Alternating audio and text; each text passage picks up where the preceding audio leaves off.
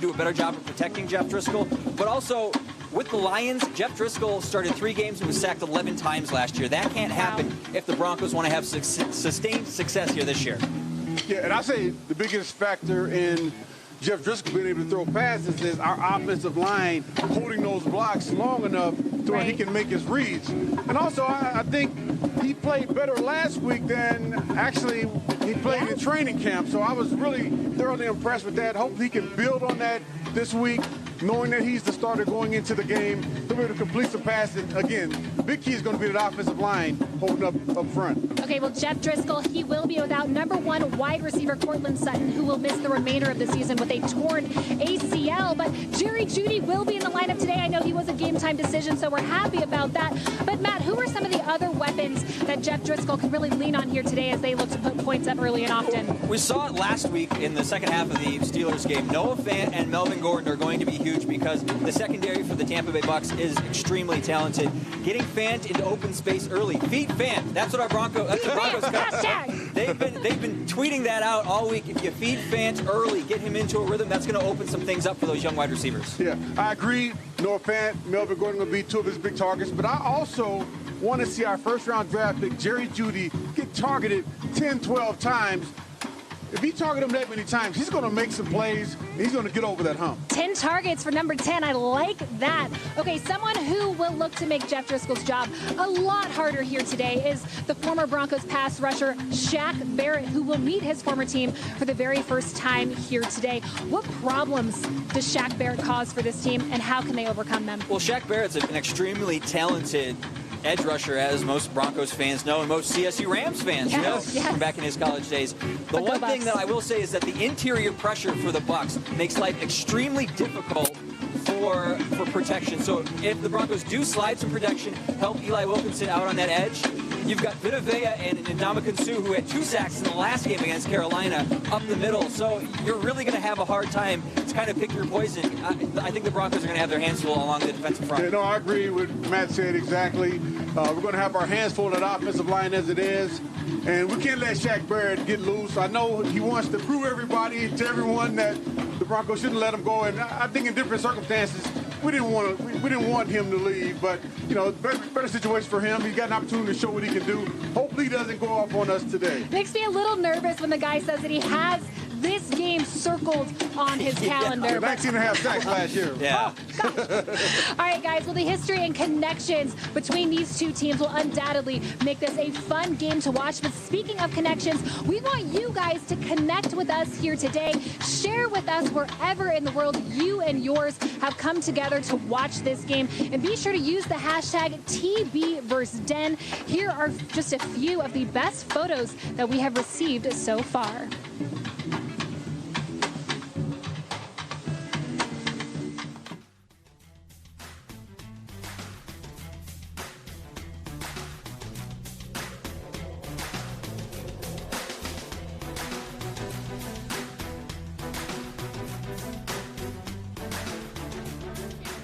And today, our friends from Ford, they are giving away a practice-worn jersey. And it is not just any old practice-worn jersey. It has the number 55 on it. So in order to win that prize, all you need to do is text Ford jersey to 39970 for the chance to win that Bradley Chubb signed jersey.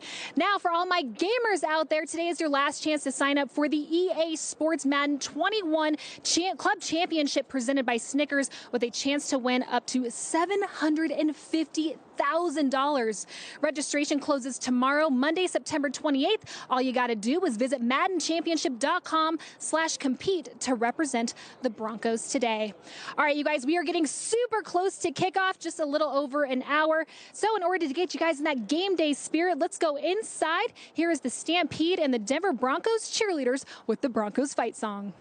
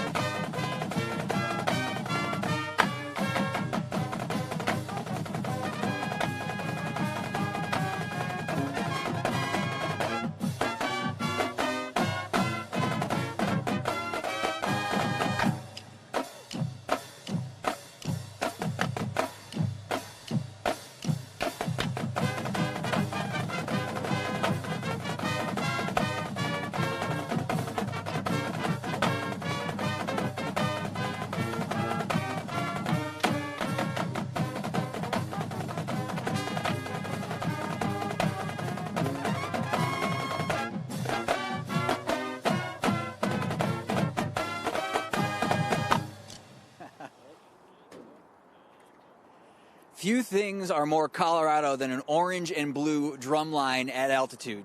But this next thing might be one of them. A kid born and raised in Wiggins, Colorado, growing up to become the Broncos starting left guard. It's time for us to get to know a little bit more about Dalton Reisner.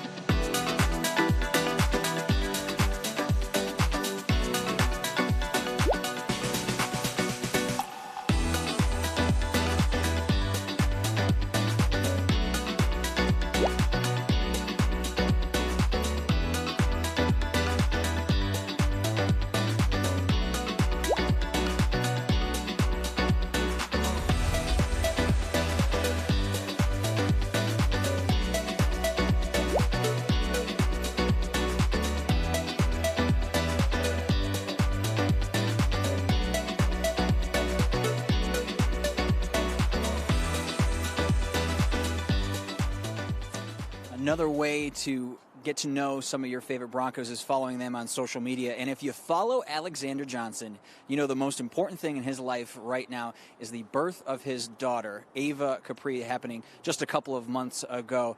Johnson's mission off of the field now is social justice reform, trying to make a better world for his daughter and generations to come. My name is Alexander Johnson, and I stand for justice. I know throughout this time of this country, everyone haven't been treated equally and haven't been treated fair.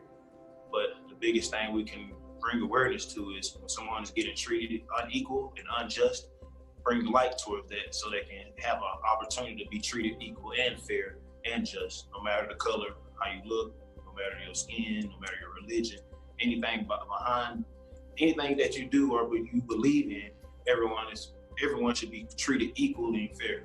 We're coming together to fight for a change. What caused me to be more passionate about the issue is me having a daughter. I feel like my daughter coming into this world, I want to be able to teach her what's right, what's wrong, and teach her when someone's not doing something fair. You speak up and stand firm for what is right. My role model was my mother. Just me seeing her work 2 jobs, trying to take care of 3 boys, and the way she put all her effort and work in to put us in a position to succeed, put us in a position to be better and be grown men and be smart men. I feel like that's my goal, is just to be able to let my daughter see my actions instead of go talk to her, show her my actions, because my mama didn't have to speak to us. We seen her actions each day in and out, the way she raised us and lifted us up as young men. So I want to be able to show my daughter, show her by my actions that I'm gonna be a good leader, I'm gonna be a great father to her just by my actions. He's already on the path to becoming a great father. Our thanks to Alexander Johnson for sharing what's most important to him these days. Broncos country, what's most important to us as well is honoring our frontline heroes. During the 2020 season, the Broncos are recognizing hometown heroes. Now, these are folks that have dedicated their lives to fighting the COVID-19 pandemic. And this week, we're introducing you to Kayla Elfgren. Kayla is an environmental services technician serving more than 20 years at UC Health Poudre Valley Hospital. She has been responsible for cleaning and sanitizing the facilities there, and in March quickly became a key figure in the hospital's frontline battle against COVID-19.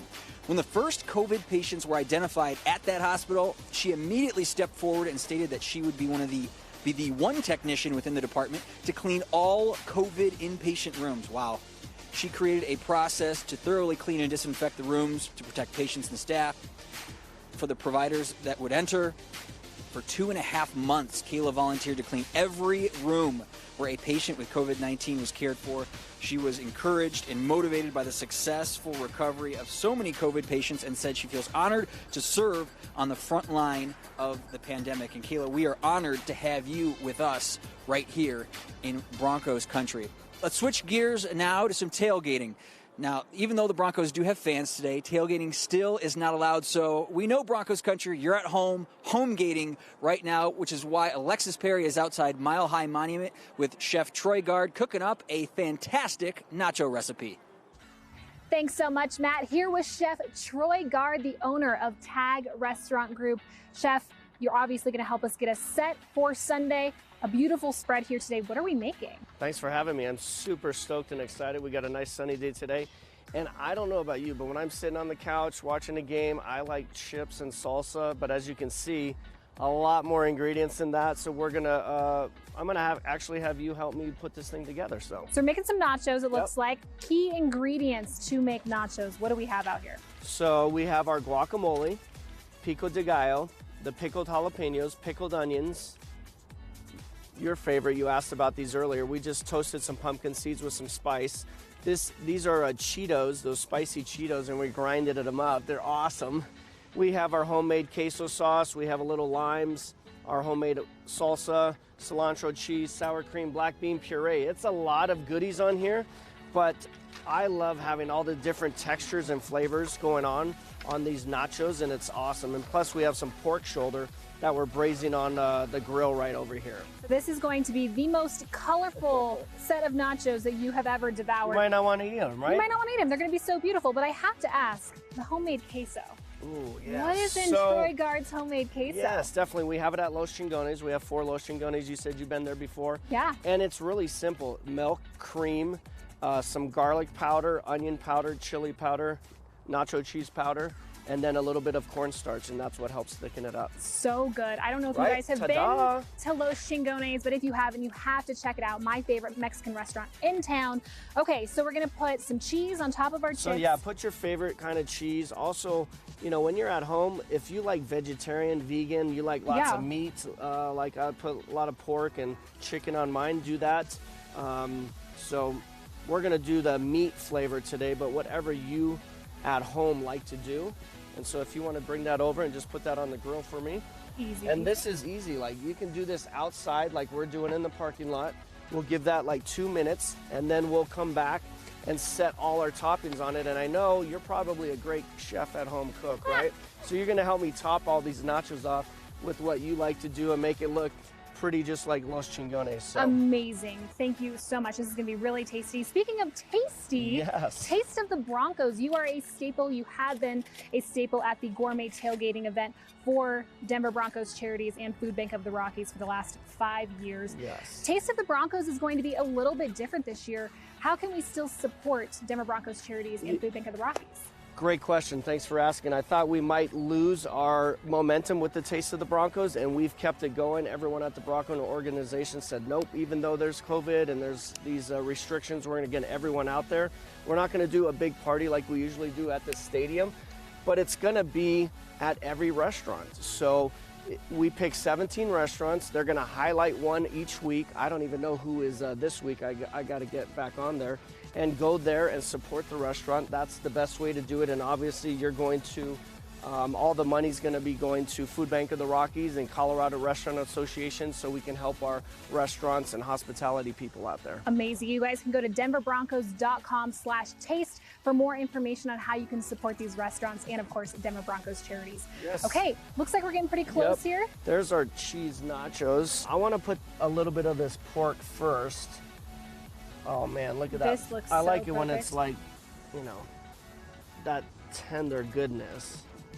Spread Big it around. chunks, right? Look at that. Yummy.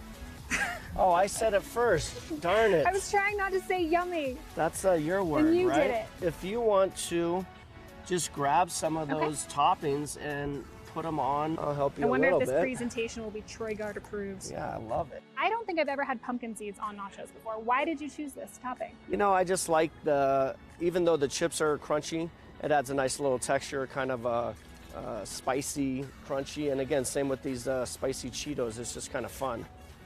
Look Because you always got chips at home. I was like, let's put these in the blender and put them right on top of those nachos. Look at that. So maybe just a squeeze of lemon or lime, I guess I should say.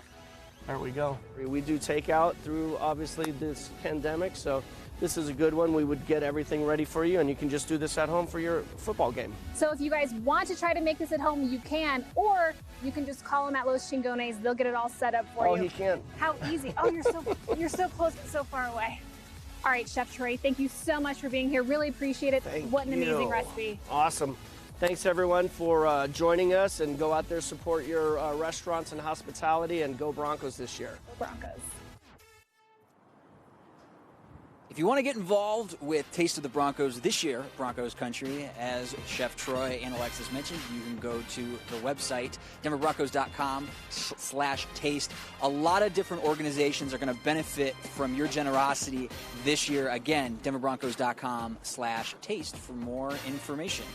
Now, each game, the Broncos make sure to take time to honor our service men and women, and today is no different because it's time for our Salute to Service moment presented by USAA. Equipment operator Senior Chief Robert Shaw joined the Navy in 1999 and was assigned to the USS Rainier, homeported in Bremerton, Washington. Hard work and dedication led to his selection in joining the exclusive and storied Navy Seabees. A veteran of Operation Enduring Freedom, he has been deployed to Iraq and Afghanistan and is currently serving as an officer programs recruiter in Denver. Congratulations, Senior Chief, on your recent promotion. My wife, Sylvia, and my oldest son, Dylan. I work at NTAG Rocky Mountain in Denver, Colorado, and I want to give a big shout out to the Navy men and women stationed around the world. And go Broncos!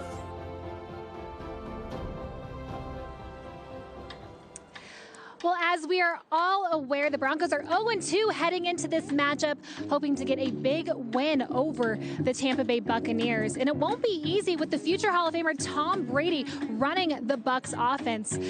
Defensive coordinator Ed Donatel, safety Kareem Jackson, they went with the media this week to tell us what they've seen from Tom Brady in the first 2 weeks that he's been playing with the Bucs.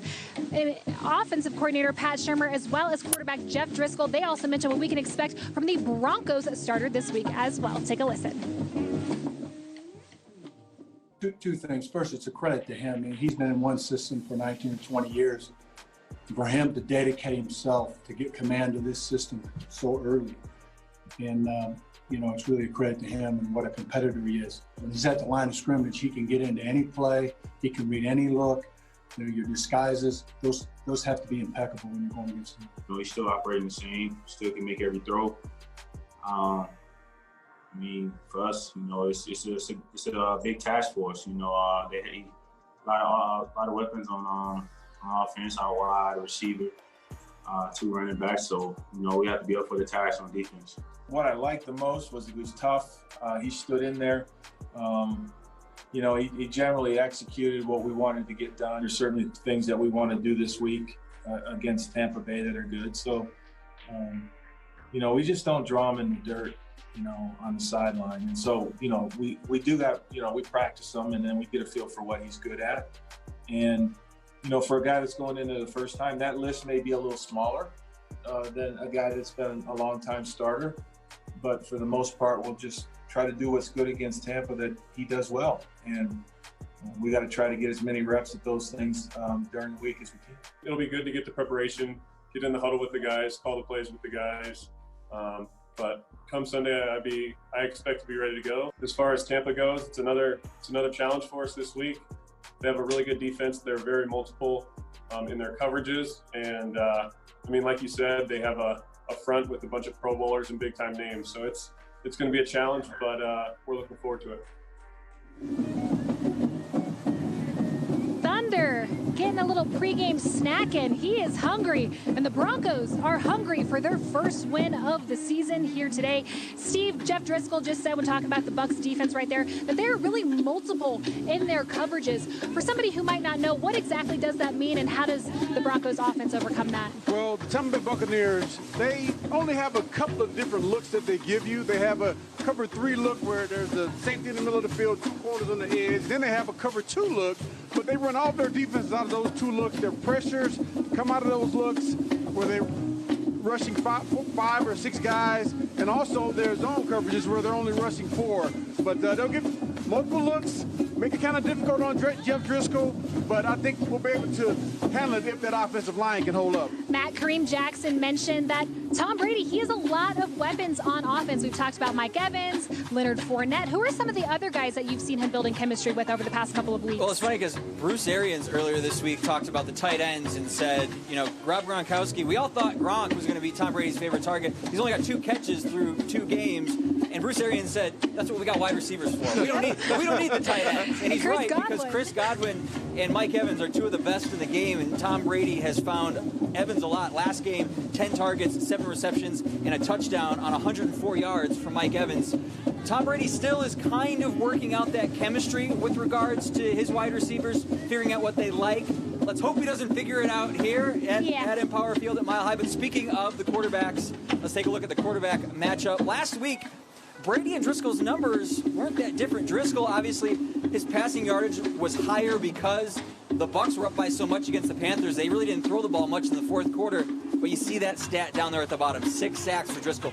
Cannot do that today against the Bucs if the Broncos want to have a chance against, if the Broncos want to have a chance against Tampa Bay. Yeah, now we're going to go right into the tight end matchup here. They have both O.J. Howard and Rob Gronkowski, who big Gronk, everybody knows him for his size and his speed. But again, they're not featuring either of the tight ends that much in the past, and they feature O.J. Howard a lot more than they have Rob Gronkowski. Now, we know that both of those guys have the ability to make big plays. O.J. Howard, former first-rounder, guy who ran a 4.51, same time as Noah Fant did at the Combine. So they have the abilities. It's just a matter of if they'll focus on them or not. Well, today, your Denver Broncos will look to extend their winning record over the Tampa Bay Buccaneers, which is currently 7-2-0 all-time, with a 4-1 record here in the Mile High City. The Broncos are riding a 4-game win streak against the Bucs dating back to 2004. And throughout this series, the Broncos have averaged about 23 points to the Bucs 14, which, if that turns out to be the final score, I think we would all be ecstatic. One record that is not listed on here, though, is Brady's all-time record against the Broncos, which is 8-9, making Denver the only team Brady holds a losing record against. Fingers crossed that the Broncos can make it 8-10 here today. Well, like you at home know, today the broadcast is on Fox, and that means you guys are going to hear a very familiar voice. That is Broncos former offensive lineman Mark Schlereth. And today, he is our Broncos legend, presented by Grease Monkey. Here's Connor McGahee. It's time for Broncos Legends, presented by Grease Monkey. Mark Schlereth played 6 seasons with the Denver Broncos at left guard from 1995 to 2000. He was selected to the Pro Bowl twice in his NFL career, including in 1998 for the Broncos. Schlereth was an instrumental member of the Super Bowl 32 and 33 championship teams. On January 25, 1998, Schlereth celebrated his 32nd birthday on the same day he helped the Broncos win Super Bowl 32, a 31-24 victory over the Green Bay Packers. He was named to the Broncos' 50th anniversary team in 2009 and the Broncos' top 100 team in 2019. Currently, Schlereth is working for Fox as a color commentator. Thanks so much, Connor. Well, Schlereth's favorite teammate, and let's be honest, he's ours too, is the Hall of Famer Steve Atwater. The two of those guys linked up earlier this week to talk about their Broncos team, as well as this current Broncos roster. All right, Mark, how are you, brother? Thanks for joining the show with me, my friend. Oh, man, it's my pleasure. Always good to catch up with one of the all-times, hey, not only all-time greats, but the all-time teammates. So always right, good to catch up with you, brother. It's always special. So, Mark, you're going to be a part of the broadcast team for the Broncos game on Sunday against the Buccaneers here in Denver. Now, what's it like calling games, on the field and in the city where you played? You know, it's an absolute blast. It's so much fun. I did last year in that Chicago game reference the Broncos as we once, which right. I try to stay away from that. You know, the Chicago fans let me hear about that, but I mean, it is what it is. I mean, this is where you played. This is what you love. This is the team you love, and I try to be the same guy I always am. I try to be authentic and brutally honest. And, that's just the way I call them. So it's not like I change my style because I'm calling a Broncos game. I'm going to tell you exactly what I think. I'm going to tell you the truth from my perspective. And, right. and I figure you better come to the game with your big boy pants on, because if you don't want to hear the truth, then you should probably mute your television, because that's what you're going to get. Let's talk a little bit about this year's Broncos. Now, after losing the first 2 games of the season, along with several key players, Von Miller, Cortland Sutton, and temporarily Drew Lock, A.J. Bouye, Philip Lindsay. What words of wisdom would you give to this team about the current situation? Well, you know, my situation was different than yours. Even though we both came in 1989, you came in this round called round number 1. I came in a round that doesn't even exist anymore, round number 10. All right. Hey, so fought, baby.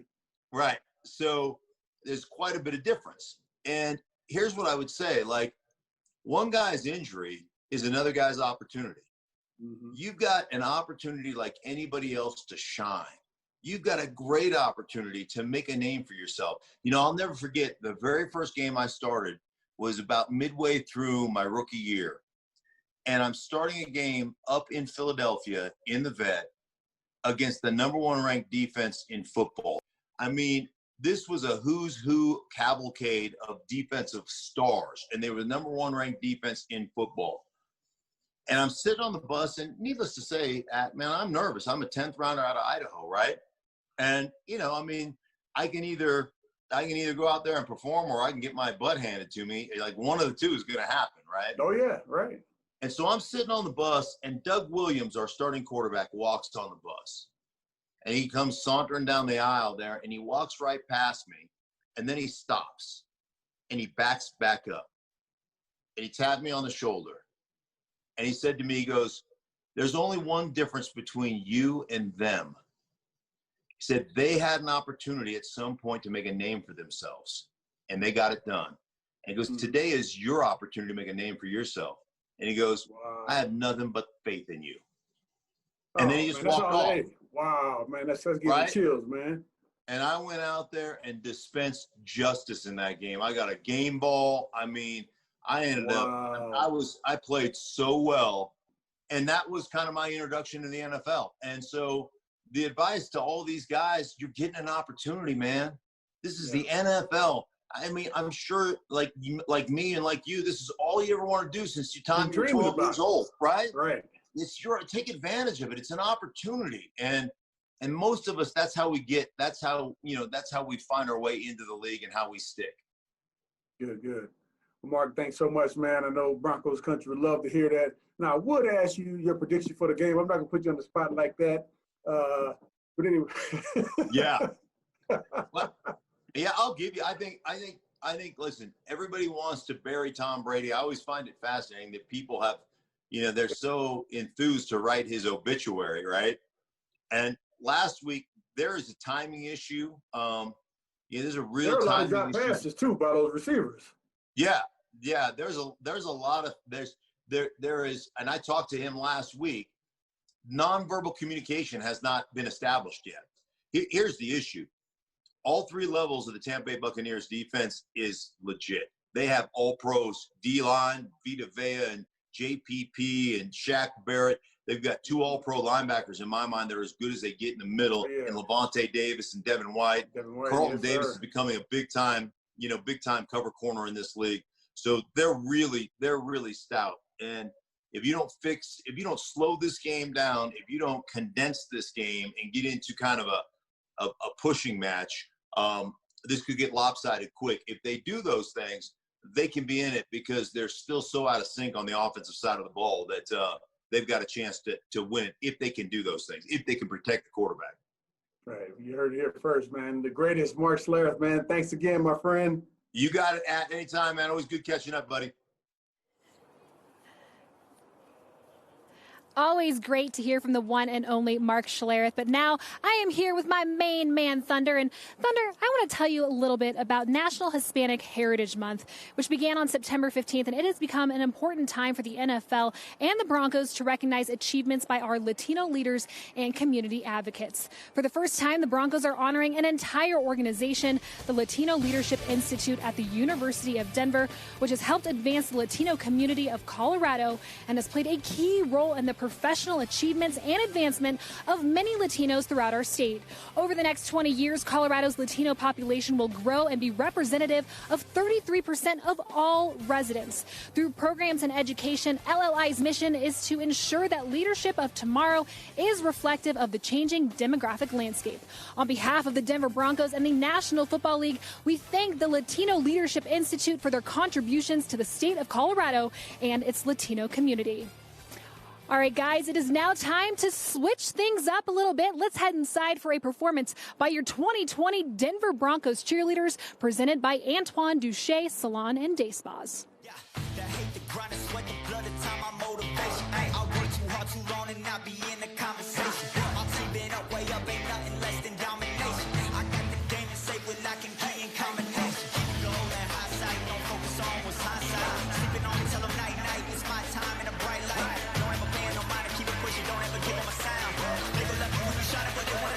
When you down. Motivation, all the hating that they doing, that shit motivation. Staying winning, nothing less, ain't no consolation. Used to tell me that I couldn't, that's my motivation. Yeah, my motivation, motivation. All this money on my mind, that's my motivation. You talking, but you not up in the conversation.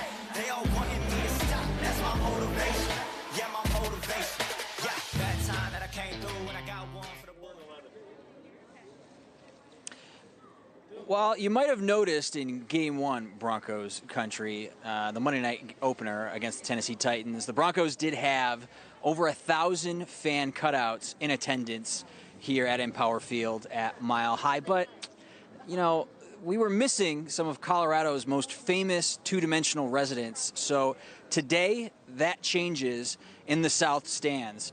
We are happy to welcome the entire population of the town of South Park, Colorado. Cartman, Stan, Kenny, Kyle, Mr. Mackey, the rest of the crew is in attendance to cheer on their favorite hometown team. Now, as everyone, or most everyone in Broncos country knows, creators of South Park, Matt Stone and Trey Parker, huge Bronco fans. So before South Park releases their pandemic episode this week, Comedy Central graciously made a donation of $47,000 to Broncos charities to purchase tickets for every South Park resident to fill the South Stands in cardboard cutout form. I've checked.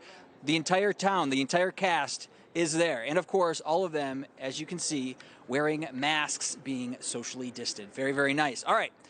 Of course, we have some real-life fans that want to get into the action as well. But the only way that the real-life fans are going to be able to do that worldwide is, of course, via Zoom. Now, we've been able to have Broncos country worldwide greet the players during training camp, during the regular season, and that continues today. Let's hear from Broncos country to see what they had to say to some of your favorite players as they headed out onto the field.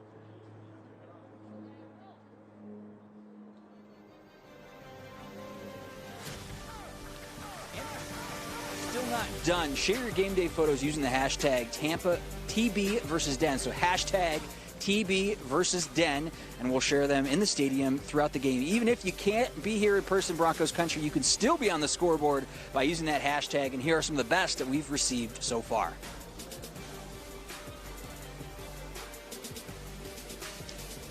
And if you've done the cutouts, the virtual appearances, you tweet the game day photos, and if you otherwise bleed orange and blue, you might be our Broncos Fan of the Year. Head to NFL.com/Fan of the Year to nominate yourself or somebody you know to learn about the contest. And this Broncos country is great because if you win, you have a chance to represent the entirety of Broncos country at Super Bowl 55 in Tampa. Not a bad prize there. We all know that a favorite tradition here at Empower Field at Mile High is the Thunderstorm parachute jump. Now, Thunderstorm isn't going to be jumping today, unfortunately, but they did get the chance to jump week 1 against the Titans, and here is footage of that jump at night.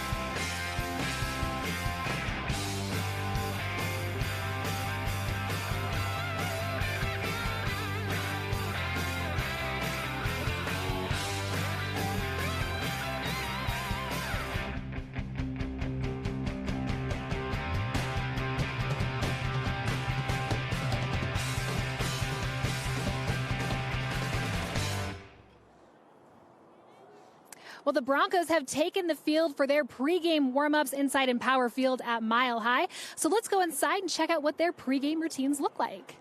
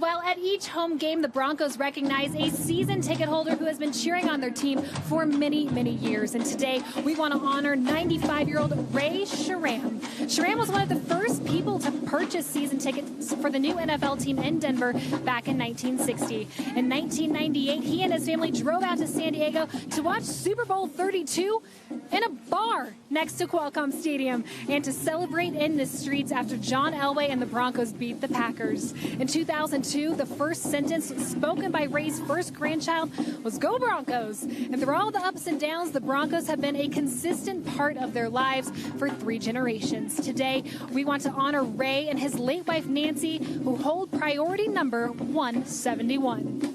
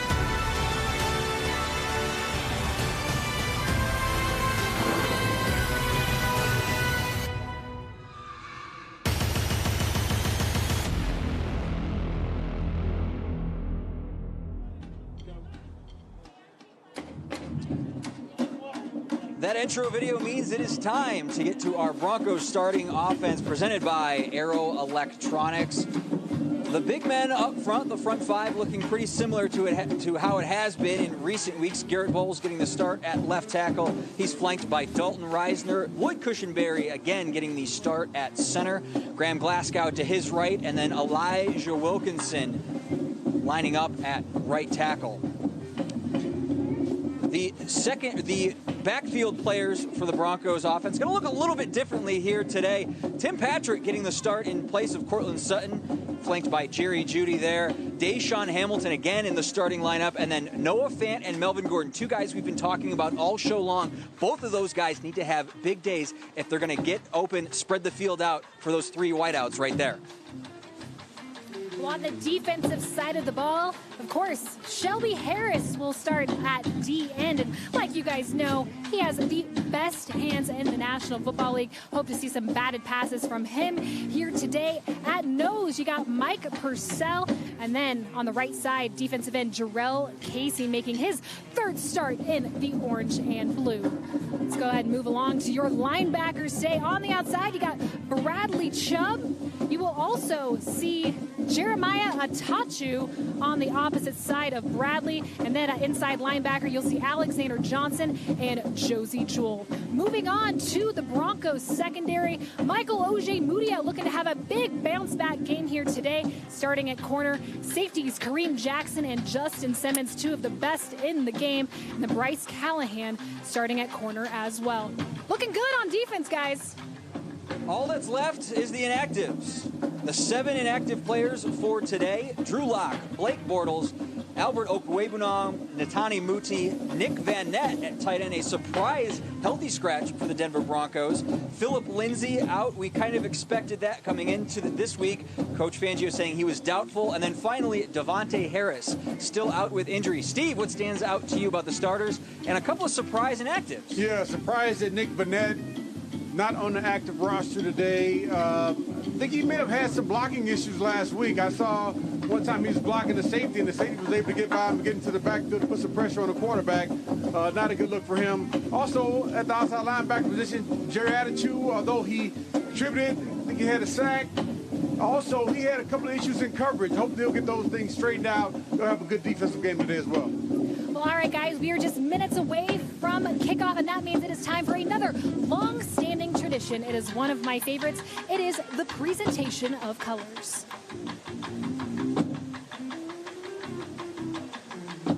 Please welcome today's color guards representing branches of the United States military and first responders from around the state of Colorado. The United States Army.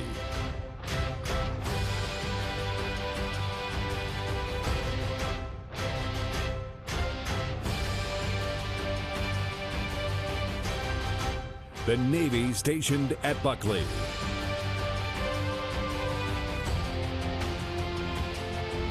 The U.S. Air Force Mile High Honor Guard.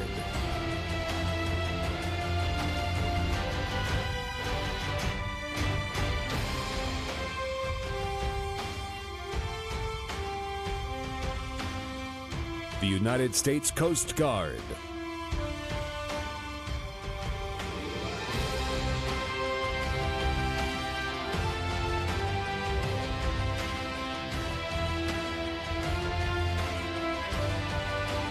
the Denver Police Department.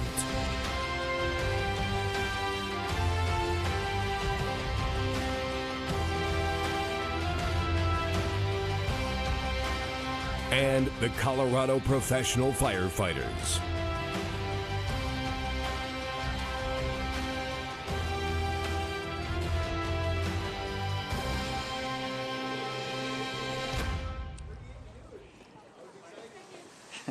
Ooh, I am getting excited, guys. We are so close to kick off here week 3 between the Broncos and Bucs. Guys, I have to get any final thoughts before the Broncos take the field looking for their first win. Matt, let's start with you. All right, well, we talked about it. Jeff Driscoll can't take as many sacks as he did last week, so the protection needs to be better. And then for the Broncos on defense, get central pressure to Tom Brady. The times that Tom Brady has been most unsuccessful in this building, they've had great push up the middle, the Broncos have. So those are 2 of my keys to victory. What about you, Steve? I agree. Top of the list, offensive line, hold on to those blocks longer. And also, hey, get off those blocks. If you get off, if the guy gets off your block, go block somebody else. Play to the whistle. Also, no easy gimmies, no drop passes.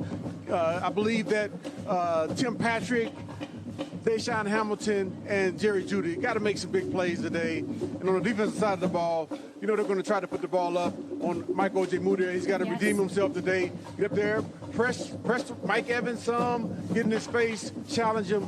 Have a good result. Just got to play like 27, Steve. That's all you got to say. Just play like 27. Well, I mean, you can't do that. Take a little page out of 2 sevens book. Well, my final thought is the Broncos have to get Jeff Driscoll involved with his legs. He is one of the most mobile quarterbacks. He can move around. Let's get some of the RPO in the game here today. You guys, and don't forget, for every touchdown the Broncos make, King Soopers will donate $1,000 to Denver Broncos charities this season. King Soopers donation to Broncos charities helps us improve the lives of our community through outreach programs, including Food Bank of the Rockies. All right, guys, I think that's it. That's it. That is it for today. 6 touchdowns. 6, yeah. Let's There we get go. 6, 6? 7, All 8. right.